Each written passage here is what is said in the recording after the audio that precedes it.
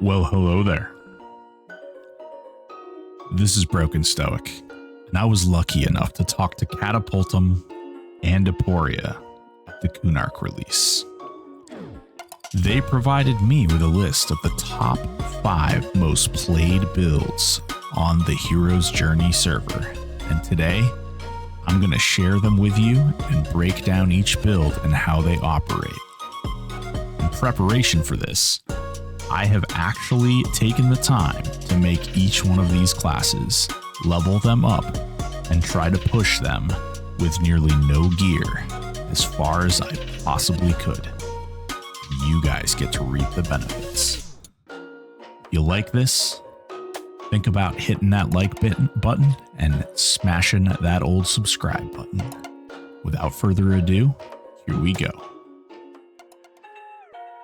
The number 1 build on the server, most played above all else, the Magician Necromancer Beastlord, aka Pet Cuck.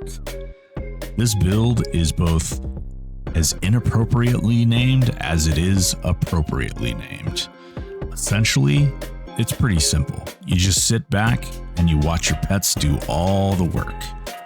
You put taunt on your Earth Elemental and you allow your Necromancer pet and your Beastlord pet to smash everything down. Utilizing the buffs that you get from Beastlord, allowing your weapons on your pets to proc various different direct damage spells, and the haste from all 3 classes. These things just tear through whatever you throw them at. Eventually, you get things like Host of the Elements, where you summon tons and tons of tiny little pets as well on about a 2-minute cooldown. And before you know it, you're on your way to just sitting off in a corner doing nothing while your pets are just destroying entire zones and raid targets. This is essentially one of the less fun builds for me personally. I did utilize some of the utility of the Necromancer, such as Screaming Terror, to mez things. You can use Calm as well, Calm Undead. However, for the most part, you're just sitting back and you're sicking your pets on things. You cast your group pet heal, either your Mage heal or your Beastlord heal, which heals the entire group, cures them of any ailments or anything of that nature. It's pretty easy to play. You can line of sight AoEs, so when you're killing dragons that have fires, dragon fire, and all these fears and things like that, you can just hide around the corner, just sick your pets in. You do need to use line of sight for things like Host of Elements, but you just peek out, pop it, and then peek back in, and then spam heal, and just watch things melt down. It's pretty cut and dry. One of the best parts about this build is that it really doesn't need anything to work. At the end of the day, you really just need to buy the spells, and the power spike just kind of happens on its own. And this build was very simple. Sick the pets. When something attacked me, I just changed the target of the pets and then clicked my pets to attack that target. They would pick it up. If it got too bad, I could always feign death. I could harm shield. I had Screaming Terror, so I could mez. So honestly, the build is just very, very, very strong. Some of the upsides about this build is that for single target, it's absolutely insane damage. Once you start getting some of the pet AAs and your pets are flurrying and critting, and you get Spellcasting Fury, which is also transferred to your pets, the damage is just absolutely insane. And again, you don't need any gear for this. Eventually, you are going to want to get some focus items, either Mage focus items or the Necro focus item, being their epic, which affects all pets, even the Mage epic pet. Pretty serious stuff. Once you get these things, the build just keeps getting more and more crazy. I do feel like some of the downsides of this build are that it's kind of boring. It really doesn't have a lot to do unless you're really trying to push some crazy content. Most of what I did is I bound my pet attack button to my 4 key, and I just walked around hitting the 4 button on most things. When I did pull large groups, it was a little bit more frantic. Things got a little more out of control. I did utilize some of the abilities to try and mitigate some of the fact that I was fighting, 5, 6, 7 targets or more. But for the most part, the pet Cuck builds just held true. I will say something that's very important: do not, under any circumstances while leveling this thing up, try and buy all of your spells. You will not be able to afford it. Even if you have, you have a main or an alt or something where you farmed up all this money, maybe you can afford all the spells, but it will put a giant dent in your bank. It's just wild. The spells you do need to focus on are the earth pets above all else. Just don't bother with the water pets, the air pets, the fire pets. Just get the earth pet. Obviously get your Beastlord pets. Obviously get your necromancer pets. Then get all the heals and hastes, pet heals specifically, and pet hastes specifically. I do also recommend getting things like Harm Shield and Feign Death, as well as any type of pet wards that you may get. In addition to that, the pet procs is also a very, very important spell line to get. So the Beastlord pet procs, because once you cast this spell, all of your pets get the proc. This really ramps up your damage very quickly. I also recommend getting the damage shields. You can put the damage shield on yourself, on all your pets, and then whatever pet is tanking, it should be your earth pet, but whatever pet is tanking is reciprocating that damage that's coming in. The other things of note that I would recommend you get are the summon armor and summon weapon spells. So things like Sword of Runes, which procs at level 20, gives your pets a 200 hit point rune for every time it procs. This makes your pets a little more survivable, which is certainly something that I noticed while playing this build. I would say level 1 through 15 was very rough. I would not recommend attacking anything above a yellow. You might be able to kill it, but the worth or the viability of killing it is probably not that great. Because it doesn't matter how much gear you put on your character. It doesn't really matter what you put into your character. Your pets are always limited by the fact that it's a summoned creature, doesn't have any bonus stats or anything. If you have tons of money or you have a friend that has a mage, maybe they could summon armor and weapons for your pet, but that's where the line is. Unless you get alternative advancement points and put them into pet stuff very, very, very early, your pets are your pets, and that's all your pets are going to be. Once you get further in the game and you start unlocking AA and you start getting some of the better pets, that's when this thing really comes into itself. As far as the AAs and how to focus on the AAs, my biggest recommendation for you is to start with Host of the Elements and put as many points into Host of the Elements as you possibly can. Once you've leveled that up, I think that it's important to put at least 1 point into Mastery of the Past. That will allow you to cast the rest of your spells without any type of fizzles or anything, at least up to, I believe it's 51 or 52. You can continue to put points in it beyond that point as you level up and you need more points than that. The Warrior Cleric Beastlord build, aka Bloodlust. This build is insane. I have to say that while this build suffers from something the other builds do not, which is you have to really farm up about 200 to 250 AA before this build really starts to shine, I also recommend that you gear the ever-living daylights out of this character. I would say the entry-level portion of this build is not necessarily new player friendly. It requires specific items in order for it to operate correctly. It requires very specific AAs that require large investments of time in order to obtain. But once you have these things in place, this build will chew up anything you put in front of it. I don't care if it's a single target. I don't care if it's a group target. It just slaps. I talked briefly about, the item investment for this.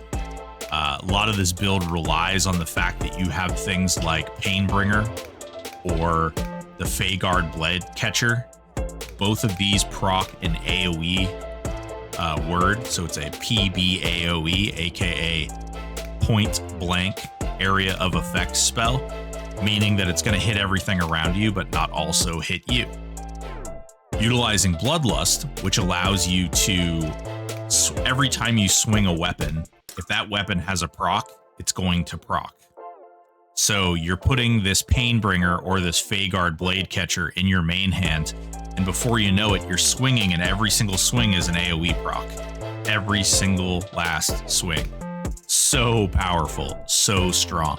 Then you're stacking things like spell power, you're stacking things like spell crit in an effort to get these procs up to do as high of damage as possible and crit as much as possible. The Cleric portion of this build also allows you Battle Frenzy, which allows you to essentially crit all of your procs, so additional damage. When you're not attacking a huge, massive pile of mobs, what you're going to want to do is put things like Lifesteal procs, so that things like Blood Point, things like the Tentacle Whips are a really good budget item. So that while you're going throughout this, you're getting your Bloodlust and your procking life taps back to back to back to back to back. Very strong. Later on, there are things like Vander's Bane, which are a pet proc item. This allows you to, every time you swing, you're procking more and more and more pets, which are all attacking the target, and they're chipping it away. This build was insanely strong once I put enough time and money into it. And that's my biggest complaint about this build, is that realistically, the items that you need to buy for entry level into this are anywhere from 3,000 to 50,000 platinum right now. It's a strong build. It's the second most played build on the server, and the more and more people get a hold of this thing, the more and more expensive these items are going to get. The Bloodlust and Rage of Rallosek. These are two AAs that are absolutely vital. More Bloodlust than Rage. Rage is good, but doesn't last quite as long, and there's no real way to make Rage last longer. Whereas with the build, with the Bloodlust AA, there are spellcasting reinforcement, actually increases the amount of uptime you get from it, and you can utilize the server tick as a way to actually extend this even longer. Well, if you read the tooltip, it'll say that it only lasts 18 seconds. If you utilize something like your Yelp spell, which is a less than minute cast time or duration spell, you can actually see it tick down 5 seconds. And if you cast Bloodlust right as the Yelp buff hits 36 seconds, you will notice that you actually gain up to 5 additional seconds on your Bloodlust, which is, I know it seems minuscule and I know it seems minor, but it is a substantial damage boost. You are getting 5 additional seconds of every time you swing, procs are going off. This is massive. A lot of the build is watching that timer and making sure that you hit the button at the right time to get the most amount of damage out of it. It's a good workaround so that you can determine when the server ticks are happening, but it's not really all that fun. As far as the AAs are concerned, I recommend building in this order: Bloodlust, Spell Casting Reinforcement 2, then getting Spell Crit to max, then getting Spell Crit Damage to max, then getting Ingenuity, then Weapon Affinity, then Combat Fury, then Combat Agility, 8, then Combat Stability, 8, and finally, Rage of Rallosec. It's important to recognize that SCR, Spellcasting Reinforcement, affects the uptime of Bloodlust, and so make sure you get that Spellcasting Reinforcement. It's important. Bloodlust does not benefit from SCR or Spellcasting Reinforcement 3 or 4. It appears that you can't quite push it up high enough so that you can get an additional 5 seconds. Extended Enhancement also does not benefit.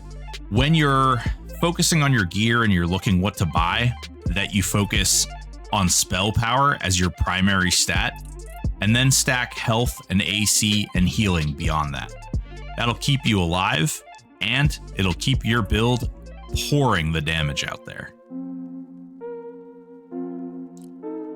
And now for probably the most fun build of this list: Shadow Knight, Shaman, Rogue. Holy hell, this build was fun. If you can do nothing else with this build, run your booty hole out. Go buy yourself Anger of Shazar and Sloth Poisons, and just go freaking nuts. For those of you who don't know, if you go out and you buy 2 of the same poison, you take one and place it into your ammo slot. Take the other one and drink that bitch down. And oh my god, this freaking build will carry you straight on up. Backstab, sneak attack, life tap procs, poison procs. I mistakenly engaged Vox with 40 AA on this build and took her down with ease. I cannot even wrap my head around how easy this build was to level. This build basically utilizes those 2 poisons to just proc all day long, and then utilizes the Shadow Knight's procs to life tap procs specifically to just keep it afloat. The backstab is great, the white damage is okay, but at the end of the day, it's all about the poison, it's all about the life tap proc. I did not push this build to the point where I started looking at getting things like Rabid Bear and things from the Shaman portion of this build, which, what I'll say is, during the leveling process, the Shaman portion of this build and the buffs that it brought to the table really helped the fact that if you don't have any gear or you're not putting anything special on this guy, all those buffs help a ton. Where it's annoying is that if you face something with Dispel, or you're fighting Nagi or Vox or really anything that casts Dispel, it's going to make you a real sad boy. Make sure that you pad your poison and make sure that you pad your buffs with junk buffs, because you're basically going to be max buffs all the time, which is one of the reasons mystical tuning should be one of the first things that you look at. It's annoying. It's not really a fun AA to get. It doesn't really contribute to your, damage or anything like that, but it's just a peace of mind to know that you can fit extra buffs on that bar. Otherwise, every single time something casts a dot on you or puts some type of root on you or something of that nature, you're losing a buff. And hopefully you've padded your poison, because otherwise you could be losing your poison as well, and then you have to buy new poison and you have to do that. The build itself is just great fun. It's highly engaging. There's lots of little buttons to push. It has a lot of utility in the fact that it can mallow and slow and cripple and disempower and backstab and sneak attack. You know, it's just, there's constantly fun things to do. Also, do not sleep on Throw Stone. Throw Stone scales with spell power. So as you begin to stack more and more spell power in efforts to keep your poison procs up, well, that also increases the damage of your Throw Stone ability. So make sure you weave that in with your other attacks. Essentially, once you get the poisons on your weapons, you can run out there and start killing reds immediately. I went to the Warrens. I also tried this out in Blackborough at level 1, killing regular nulls. It was just constant. It was glorious. It didn't let up.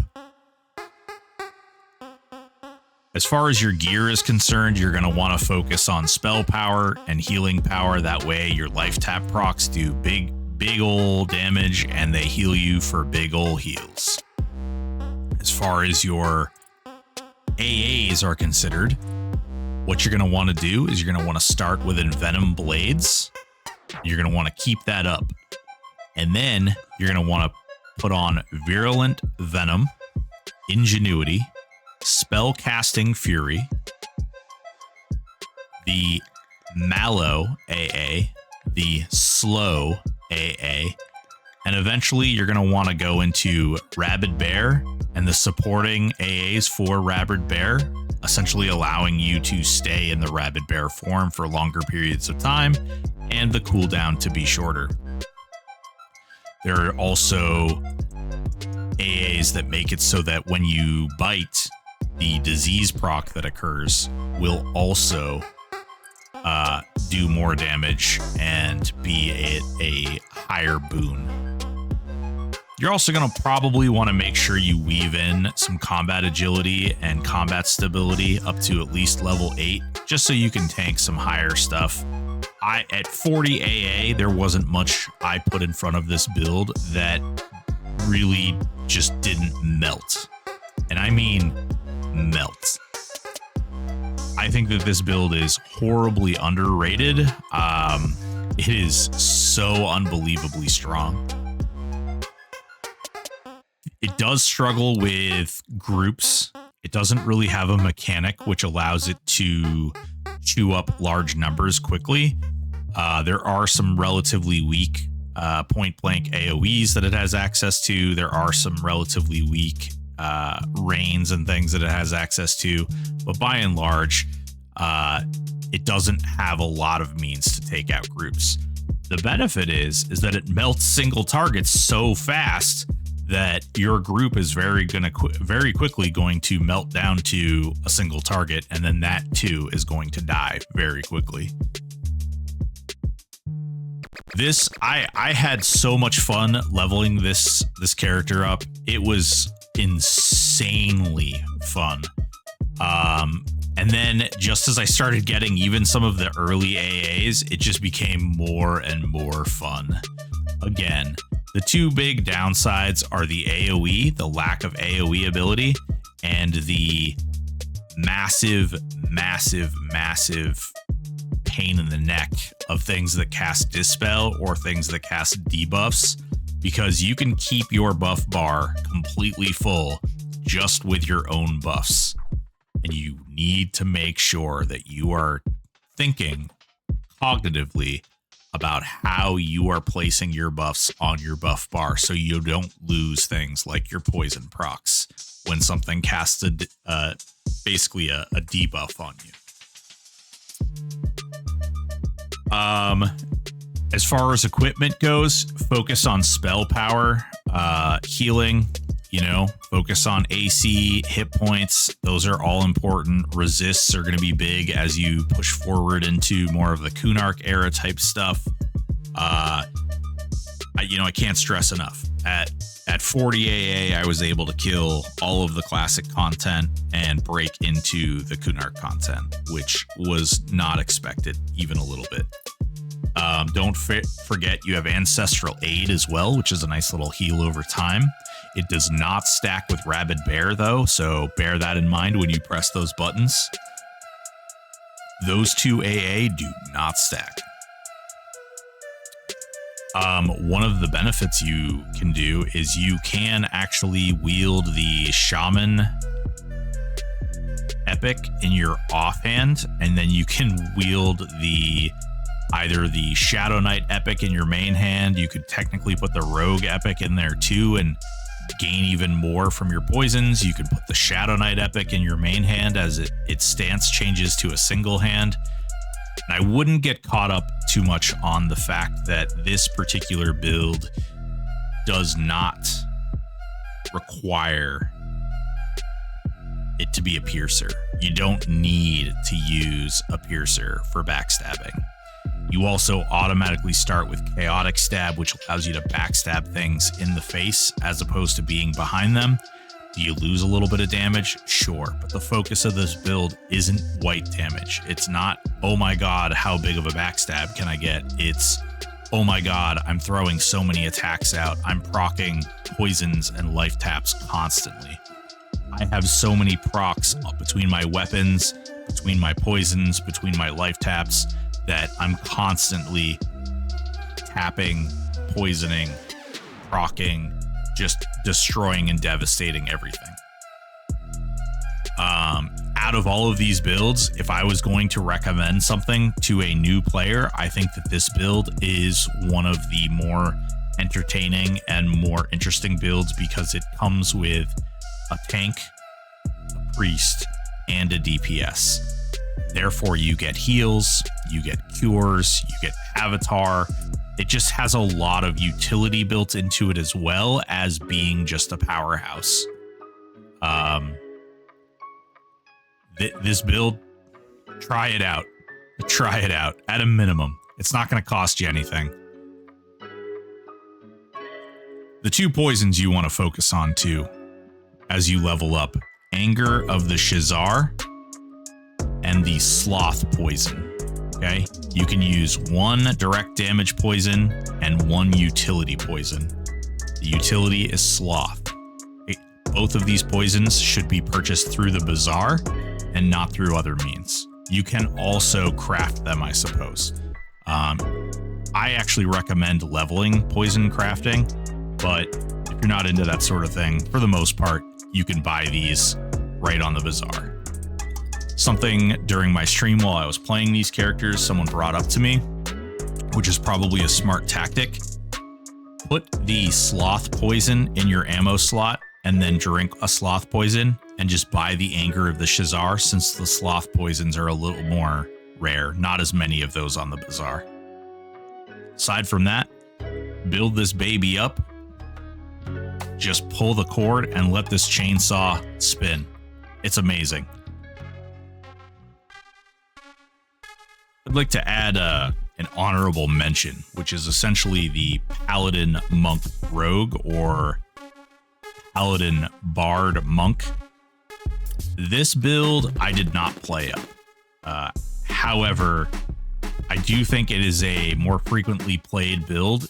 While it doesn't meet the top 5 played class combinations, I do think that this build is also very strong. And I also believe this is the one of the very few situations where I do think you should lock your level at level 30, get all of the Slay Undead AAs, and either continue to farm AAs at that point or wait until you're 50 and then farm AAs all day. This build is king at pulling massive groups and just burning them down. The Slay Undead AA is unbelievably strong. The problem is that it is unbelievably niche, and throughout the expansions as they come out, this build is going to get weaker and weaker as time goes on. What Broken Stoic? There's undead in every expansion, and there's areas where I can excel in every expansion. Yes, but once you have all of the AAs, there's no reason to continue farming AAs. And therefore, you end up sort of putting yourself on the shelf and not really being able to do a whole hell of a lot. If you are running the Monk Rogue build, then you do have some additional damage coming out of your poisons and your backstab and whatnot. But by and large, Slay Undead is where this build excels, and therefore Slay Undead is where this build should be used. It doesn't survive throughout the long term. But for right now, and I would even go as far as to say this expansion and potentially the next expansion, you're going to do just fine. Try it out. Again, Paladin, Monk, Rogue, Paladin, Bard, Monk, either one of those builds. Get that Slay Undead as soon as you possibly can. Max that skill out and just go nuts. Doesn't take a lot of gear investment. It does take a pinch of AA investment. It's about, I think it's roughly 60 to 70 AA to get Slay all the way up, because you also have to level up some other AAs before you can get Slay. But at the end of the day, it's a great build. It's a lot of fun. And when you see all your friends running up to a mob and it instantly dying, this is likely what they're playing. I'd like to just add a little note here at the end. While this is a video about the meta and some of the most played builds on the server, I think it's important that people realize you don't have to play these meta builds. You don't have to build off from what other people have found is like overpowered or really busted, because each expansion that comes out is going to really change each one of these builds fundamentally. Some for the better, some for the worse. But you guys should be coming up with your own creations. This server doesn't pigeonhole you or box you into making any one specific build. What I recommend you do is go out there, figure out some combination, some type of synergy that you think could really be awesome. One of the ones that's been coming to mind a lot for myself has been the interaction between the ranger bows and being able to shoot 1, 2, or even 3 times, and the bard's harmonic assault ability, which allows them to not double attack, but double attack. This allows you to actually fire, even at level 1, it allows you to fire more than 1 arrow per round, and it is nuts. Therefore, the faster the bow you have, the more damage you're putting down range. Then you mix this together with poisons, with Slay Undead, and other things like that, and before you know it, you're chainsawing through all kinds of targets insanely fast. This is just one of many not meta builds that can be insanely effective. And so I recommend to people, go out there, think of different ideas, think of different synergies, think of different themes. Man, I used to play World of Warcraft, and there was this thing called an enhancement shaman, where you would utilize a two-hander on a shaman, and the shaman would swing their weapon and then proc a second attack, and then you'd hit them with a shock ability, and it would do a metric shit ton of damage all in one big push. And here's what I got to tell you, folks. This kind of stuff, you can build that type of build here. Man, if you want to play a hunter like in WoW, what about playing a ranger and a beastlord together? What about playing, there's so many things out there. The one build I'm really excited to be working on, and this is actually my main build, this is the build that I plan on playing for the entire server, is my warrior Necro Shaman. Yeah, what a weird combination. I have so many dots. I have dots coming out my ears, and with Cascade of Darkness and the Shaman epic and the friggin' Necro epic combined, those 2 dots pushed into one, and then I also have a whole list. I could fill up my spell bar probably twice over with the amount of dots that I can cast on things. All of this with the Affliction AAs, with the Affliction tributes and everything, I'm able to just a single dot, one single spell is able to crit and do 2,000 to 4,000 damage per a tick. And that's just one, another little weird variant, something that I thought up in my head that I thought would be really clutch, Then I included Warrior because I was like, what's the most durable class in the game? Of course, it's Warrior. I get defensive stance. So when Pop comes out, I can stand up to Quarm and I can pop my defensive stance, stack a bunch of life taps and dots on him, and then just stand there and do a dance a little jig while I watch him die and melt away.